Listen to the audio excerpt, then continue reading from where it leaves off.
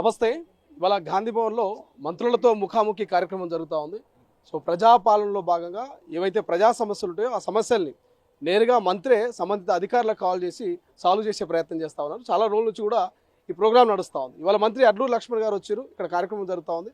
చాలామంది వచ్చారు, దళిత నాయకులు కావచ్చు, చాలా సామాన్య జనాలు కూడా తమ సమస్యలు చెప్తున్నటువంటి పరిస్థితి. రెండో మాట్లాడే ప్రయత్నం చేద్దాం. ఇటుక రాజు గారు ప్రస్తుతం మనతో పాటు ఏ అంశం మీద మీరు మంత్రిని కలిసిరు, మంత్రి గారి నుంచి వచ్చిన ఫీడ్బ్యాక్ ఏంటి?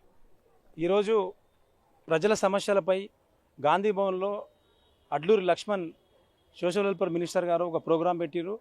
ఆ ప్రోగ్రాంకి మేము మా ఎజెండా అంటే మేము ఏదైతే కేసీఆర్ ప్రభుత్వంలో ఉన్నప్పుడు దళితులకు 10 లక్షల రూపాయలు ఇస్తా అంటే అది పెద్ద బెనిఫిట్, దేశంలోనే 29 రాష్ట్రాల్లో ఏ రాష్ట్రంలో ఏ ముఖ్యమంత్రి ఇయ్యలేడని చెప్పి మేము స్వాగతించినాం. దాన్ని కేసీఆర్ గారు కూడా అమలు చేసిర్రు. దళితులు 10 లక్షల రూపాయలు తీసుకొని చాలామంది కూడా వ్యాపారాలు పెట్టుకొని కార్లు కొనుక్కొని వాళ్ళ అభివృద్ధి బాటలో ముందుకెళ్ళిరు.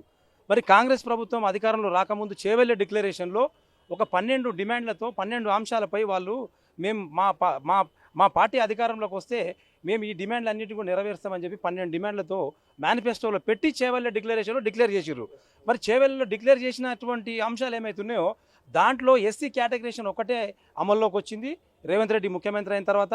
మిగతా డిమాండ్లు ఏవైతున్నాయో అవన్నీ కూడా వాళ్ళ మేనిఫెస్టోలో పెట్టిన ఏవి కూడా అమలు చేయడం లేదు. కాబట్టి ఒకసారి గుర్తు చేద్దామని చెప్పి 12 లక్షల రూపాయలు అంబేద్కర్ అభయాస్తం కింద ఇస్తామని చెప్పారు. కాబట్టి ఖచ్చితంగా అంబేద్కర్ అభయాస్తాన్ని దళితులకు ఇవ్వాలా, పేద ప్రజలకు ఇవ్వాలా. 59 కులాలు వెనకబడిన కులాలు ఉన్నాయి. కాబట్టి ఈరోజు తెలంగాణ రాష్ట్రంలో దళిత బంధుకు బదులుగా 12 లక్షల రూపాయలు అంబేద్కర్ అభయాస్తం ఇస్తాన్న ముఖ్యమంత్రి గారికి గుర్తు చేయడానికే మంత్రి గారికి మెమోరాండం ఇచ్చినామని చెప్పి సందర్భంగా తెలియజేస్తా ఉన్నాం. మంత్రి గారు మరి మీకు ఏం హామీ ఇచ్చారు, ఏం చెప్పి దాని గురించి? మంత్రి గారు సానుకూలంగా స్పందించారు. మేము మంత్రి గారికి కూడా ఒకటి గుర్తు చేసినాం. ముఖ్యమంత్రి గారు అన్ని విషయాల్లో మాదిగలకు పెద్దపీట వేస్తుందని చెప్పి మా అందశ్రీ గారి సావులో పాడేమోసిండు.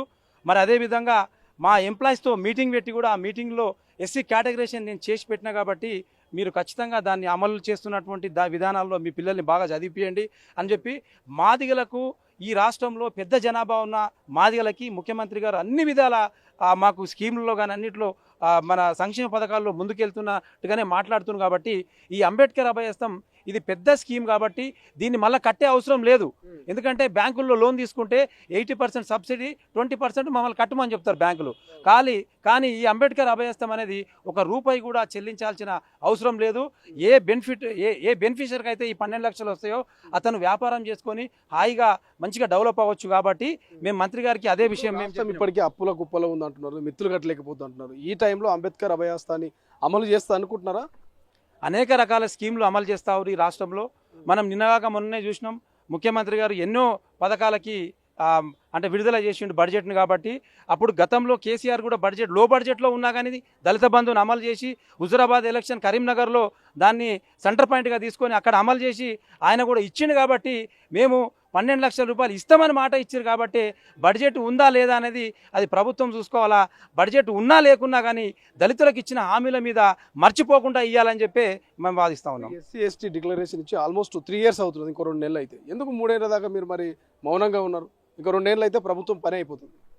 మేము మౌనంగా ఎందుకున్నామంటే మీరు మొదట ఇప్పుడు ఇంతకుముందు చెప్పినట్టు లో బడ్జెట్లో ఉంది కాబట్టి గవర్నమెంట్ స్కీమ్లు ఇవ్వలేకపోతుందని, స్కాలర్షిప్స్ కానీ ఆరోగ్యశ్రీ పథకంలో ఇచ్చేటువంటి బడ్జెట్ కానీ వీటన్నిటి మీద మాకు మాకు దృష్టి ఉన్నది, మాకు ఆలోచన ఉన్నది. కాబట్టి మేము అడగలే. ఇది పెద్ద స్కీమ్ కాబట్టి ఇప్పుడు ఇంకొక 4 నెలలు అయితే ప్రభుత్వం వచ్చి 3 సంవత్సరాలు అయిపోతుంది.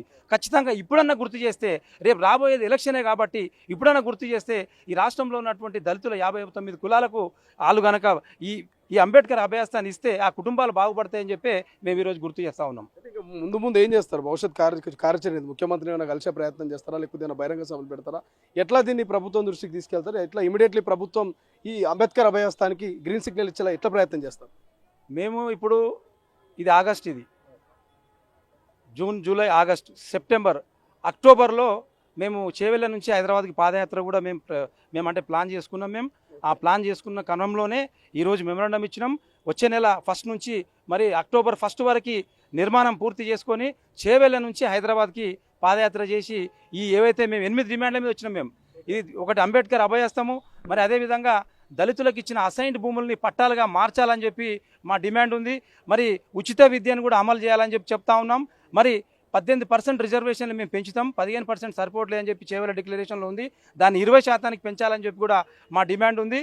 మరి అదేవిధంగా పారిశుద్ధ కార్మికులని వాళ్ళని గవర్నమెంట్ ఎంప్లాయీస్గా గుర్తించి వాళ్ళకు వేతనాలు కూడా గవర్నమెంట్ ఎంప్లాయీకి ఇచ్చే వేతనాలను కూడా ఇవ్వాలని కూడా మా డిమాండ్ ఉంది. అదేవిధంగా తెలంగాణ ఉద్యమకారులకి ఏ రకంగా 250 గజాల స్థలాన్ని ఇస్తారో అదే రకంగా తెలంగాణలో ఉన్నటువంటి ఎంఆర్పిఎస్ కూడా 250 గజాల స్థలాన్ని ఉద్యమకారులకు ఇవ్వాలని చెప్పి మేము కోరుతా ఉన్నాం. సిద్దిపేట దీక్షను భగ్నం చేసిన తర్వాత ఎంఆర్పిఎస్ఏ మళ్ళీ తెలంగాణ ఉద్యమాన్ని ఉవ్వెత్తున లేపిందని చెప్పి సందర్భంగా తెలియజేస్తాం.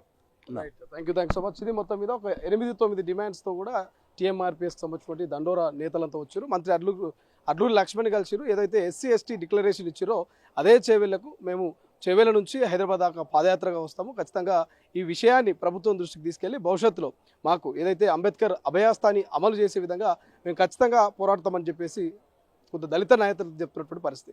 చూద్దాం మరి రాష్ట్ర ప్రభుత్వం ఎంతవరకు దీని మీద ఆలోచిస్తుంది, గ్రీన్ సిగ్నల్ ఇస్తా అనేది ఆలోచించాలి, చూడాల్సినటువంటి అంశంగా తెలుస్తా ఉంది. కెమెరా పర్సన్ అజయ్తో శ్రీశైలం, తొలి వెలుగు, హైదరాబాద్, గాంధీ భవన్. నమస్తే, ప్రస్తుతం మనము గాంధీ భవన్ ముందున్నాము. ఇవాళ గాంధీ భవన్లో ప్రజా సమస్యలు వినడానికి ప్రజలతో ముఖాముఖి కార్యక్రమంలో మంత్రి అడ్లూరి లక్ష్మణ్ గారు పాల్గొన్నారు. సో కొంతమందిని పోలీసులు బయటనే ఆపే ప్రయత్నం చేశారు. అక్కడ మంత్రి దగ్గరికి వెళ్ళేటువంటి ప్రయత్నం చేస్తూ ఉన్నారు. వాళ్ళని మాత్రం పోలీసులు అడ్డుకునేటువంటి ప్రయత్నం చేస్తూ ఉన్నారు. గాంధీ భవన్ ముందు కొంత మాట్లాడే ప్రయత్నం చేద్దాం. పోలీసులు అండ్ ఇక్కడికి వచ్చినటువంటి వారికి మధ్య కొంత వాగ్వాదం అయితే నడుస్తూ ఉంది. ఒకసారి మనం మాట్లాడేటువంటి ప్రయత్నం చేద్దాం. చాలా మంది ఉన్నారు. సో ఏ సమస్య మీద వచ్చింది? చేవెళ్ళ డిక్లరేషన్ కోసం వచ్చాం మేము. చేవెళ్ళ డిక్లరేషన్ చేసిరు కదా కాంగ్రెస్. ఇప్పటికి 3 సంవత్సరాలు అయినా కూడా ఎస్సీ వాళ్లకు 12 లక్షలు ఇస్తా అన్నది ఇంతవరకు ఇవ్వలేదు. దాని గురించి ఒక ఫామ్ ఇద్దామని చెప్పి వచ్చినాం.